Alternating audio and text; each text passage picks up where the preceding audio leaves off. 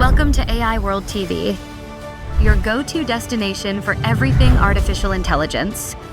Discover the captivating landscape of AI, where advanced technology finds real-life application.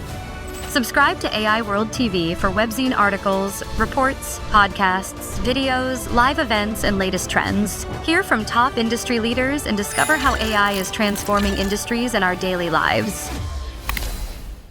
Welcome to the Deep Dive, where we take these huge stacks of research and distill them into what you really need to know. Glad to be here. Today, we're focusing on a year that I think historians are absolutely going to mark as a major inflection point for AI, the year 2025. Because this wasn't just, a year of small updates.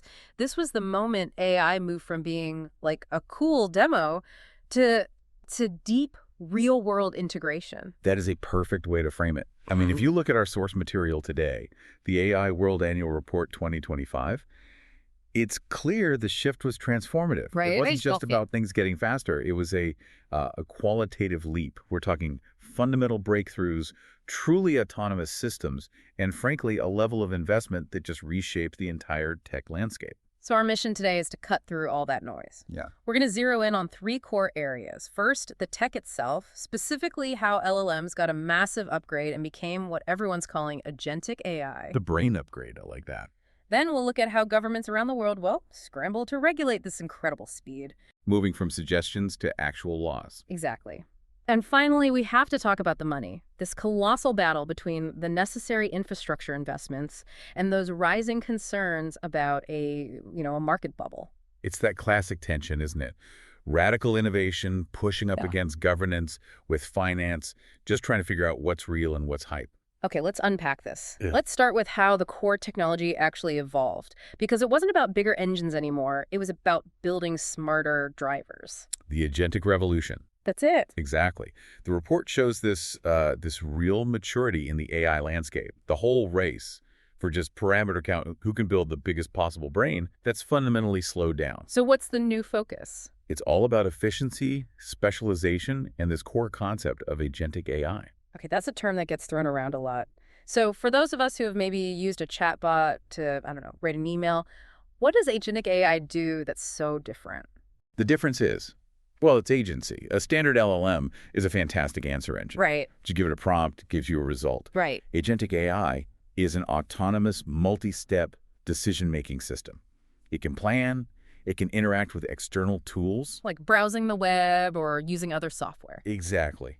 It can do all of that to execute these complex tasks without needing a human to say yes at every single step. It's designed to reason and then to act. That is a fundamental change. And we have a data point on that. The Conceptual Growth Index for autonomous decision-making, it just soared. Oh, it's incredible. It went from, a baseline of 20 in 2022? Yeah, a low of 20. All the way to 90 by the end of 2025. That 70-point jump tells you everything. So what is that index actually measuring? It's basically measuring reliability. Can the system complete a complex chain of tasks without, getting stuck or needing help? A score of 20 is a cool demo that fails halfway through. A 90? 90 means it's reliable enough to be deployed in mission-critical environments. It moved from the lab to the factory floor. And with that autonomy came specialization. The whole one-size-fits-all model seems to be fading. It is. If you want the best performance, you need domain expertise. So we saw the rise of models like MedPolM for medicine or Bloomberg GPT for finance. Because they're trained on very specific contextual data. Precisely. They speak the language of that industry in a way a general model just never could. The accuracy is just superior for those high-stakes tasks. But is there a trade-off there? If you make it the world's best financial advisor, does it forget how to do anything else? That's the exact tension, yes. You are sacrificing generality for precision. I mean, it's not useless outside its domain, but it's way less efficient. But for a hospital or a bank, that trade-off is worth it. It's more than worth it. The gain in precision in reducing human error outweighs everything else. Yeah. In 2025, precision became the key metric, not breadth. Fascinating. And one last thing on the tech breakthroughs, multimodal. It sounds like this was the year it became truly seamless. Absolutely seamless. This means a single integrated model can process and generate text, image, and audio all at once. not just, stacking different engines together. And that's what enables things like those Quark AI glasses mentioned in the report. That's the magic, yeah. The glasses can see what you see, hear your conversation, and pull up written info at the same time to give you this real-time, context-aware help. Okay, so here's where it gets, I think, really interesting. The tech is accelerating at this incredible speed. And governments are scrambling to keep up. They had no choice. We saw this pivot away from, friendly guidelines toward actual mandatory, legally enforceable laws. And the one that set the standard for everyone else was the EU AI Act. Its implementation timeline really forced the issue globally. So how did that phased implementation play out? What was the impact? Well, it happened fast. By February of 2025, the first phase kicked in. This was about prohibiting certain AI practices. Things like indiscriminate surveillance. The really scary stuff. The really scary stuff, yes. But the real deadline, the one that got everyone's attention, was in August 2025. That's when the rules for general-purpose AI came into full effect. And that's when the hammer dropped on the big developers. Precisely. From that point on, high-risk models had to go through these rigorous risk assessments before they could be deployed. The EU basically created a safety standard that the entire industry had to follow if they wanted to operate there. So while the EU was focused on risk, what were the big ethical concerns driving laws elsewhere? The focus was pretty concentrated, actually. Number one, by far, was deep fake labeling. That was something like 40% of the legislative focus. People were terrified of synthetic media destroying trust. You could feel it. Yeah. After that came algorithmic audits at about 30%. This was about demanding scrutiny for systems. You are listening to the AI World Podcast, your trusted source for the latest innovations, insights, and trends in artificial intelligence, blockchain, fintech, and decentralized technologies. Each episode features expert interviews, engaging discussions, and in-depth analysis of how AI transforms industries worldwide. Stay ahead of the curve with the latest articles and exclusive reports from the AI World Journal, covering everything from emerging technologies to industry breakthroughs. For more news, global events, and access to AI World Society circle gatherings, visit us at aiworld.tv. Don't forget to subscribe to stay informed, stay connected, and be part of the AI revolution with AI World Lounge. Thank you for listening. Systems used in, say, hiring or lending. High stakes decisions. Very high stakes. And the rest, about 20%, was focused on data privacy for training these huge models. And this wasn't just happening at a national level. We saw local efforts in the U.S. too. Absolutely. Local governance can move so much faster. The report highlights New York City creating its own dedicated AI oversight office. What was their job? To audit the algorithms the city itself uses, for things like traffic management or benefits distribution. They realized the impact of a bad algorithm is felt right there on the street. And then you had states like Virginia stepping in to protect minors from certain AI chatbots. Right, for mental health and safety reasons. The whole picture here is clear. AI isn't an experiment anymore. The world is treating it like a powerful public utility. Like the power grid. Exactly. It needs safety standards, it needs oversight, just like anything else that powerful. Okay, so let's get to the so what, the bottom line. This is where AI moved from being a novelty to an absolute necessity with real quantified success. And for me, the most powerful story here is in healthcare diagnostics. The clinical adoption potential is it's incredible. We saw breakthroughs that translate directly into saving lives. I remember seeing the numbers on early disease detection. It was just an astonishing improvement. Think about this. AI systems that analyze EEG signals, brainwaves. Okay. They achieved 97% diagnostic accuracy in early disease detection. 97%. And what's the baseline? What was the traditional method? Traditional human analysis is closer to 75%, so that's a 22-point leap. That is massive. That kind of precision moves these tools directly into clinical use. That is an enormous difference. So what's the catch? Why isn't this in every hospital tomorrow morning? Implementation. The tech works, but integrating this kind of high-powered AI into often very outdated hospital IT systems is a huge, huge challenge. The tech is ahead of the bureaucracy. Right. And speaking of high stakes, let's switch to cybersecurity. The report says AI became the absolute front line of defense. It did. And the numbers here are just as stark. For known threats, AI is almost perfect to text, nearly 99%. But the really crucial part is its ability to handle the unknown. Zero-day threats. Zero-day threats, exactly. Things no one has ever seen before. AI successfully identified 85% of them. Wow. And traditional systems. Traditional systems catch maybe 20%. 20% versus 85. That's the difference between surviving an attack and total catastrophe. It is. It shows that in security, agentic AI is already indispensable. It can predict and react to things humans just can't see. So another accelerant the report mentioned was this shift from computer vision to visual intelligence. And that was fueled by something called synthetic data. Synthetic data was one of those, quiet breakthroughs that made everything else happen faster and safer. So it's not real-world data. It's artificially generated. Right, it's artificially generated, but it's statistically identical to real data.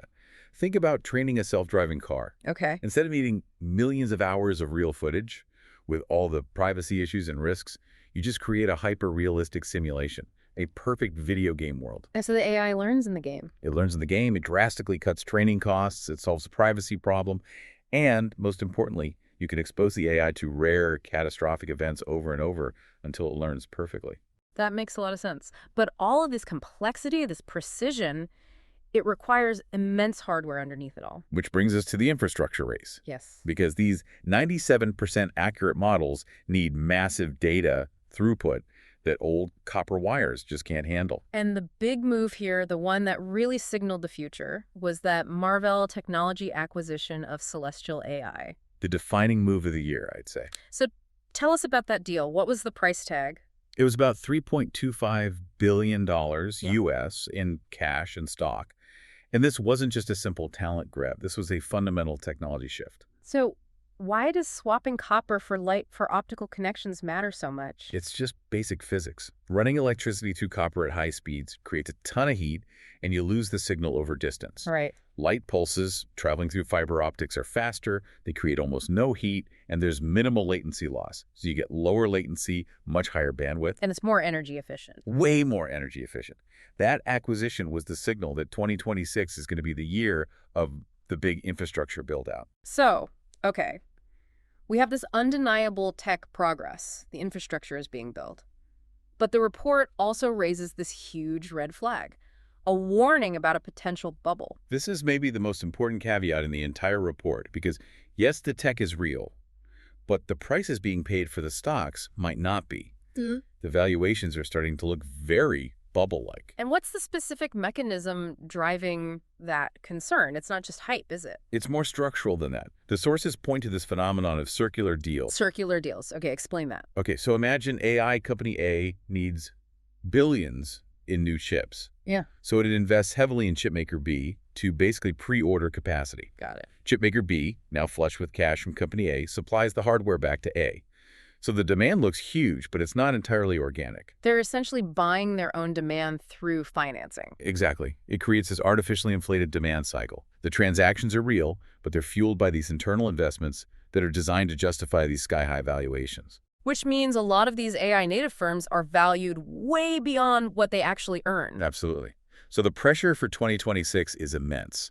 All these companies have to prove that these huge investments translate into real, measurable business results. Real ROI. Real ROI, real cost savings for their clients. The money flowing in needs to be justified by money coming out, or we could be looking at a serious market correction. So to sum up 2025, we had these massive leaps in AI capability, real-world wins in diagnostics and cybersecurity, but it's all resting on this mountain of speculative investment, this need for new optical infrastructure, all while the markets are asking, can you actually turn a profit? It's the ultimate tension between revolutionary technology and financial reality. And I think 2026 is going to be a critical turning point, not just for the tech, but for the entire business model of AI. The big test. The big test is whether that genuine external market demand and real ROI can catch up to the sheer volume of speculation we saw in 2025. That's a powerful point. The tech is here. The question is if the business models are sustainable. So what does this all mean for you, our listener? Consider this. Now that agentic AI is here, which high-stakes function healthcare diagnostics or zero-day cybersecurity defense will be the first one we're willing to rely on completely, with no human override. And what are the implications when that happens? Something to think about as this tech becomes truly autonomous in the world around us. Thank you for joining us for this deep dive into the transformative year of 2025. We'll see you next time.